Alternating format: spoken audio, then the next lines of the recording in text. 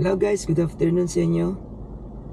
Ngayon ay araw ng Wednesday at meron tayong heat wave alert.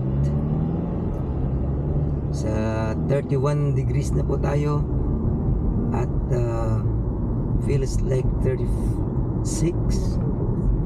Ayan. So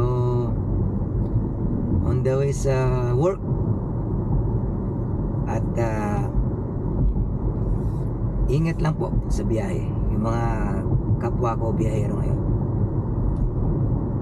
At syempre, drink more water, diba? Kailangan po natin yan. So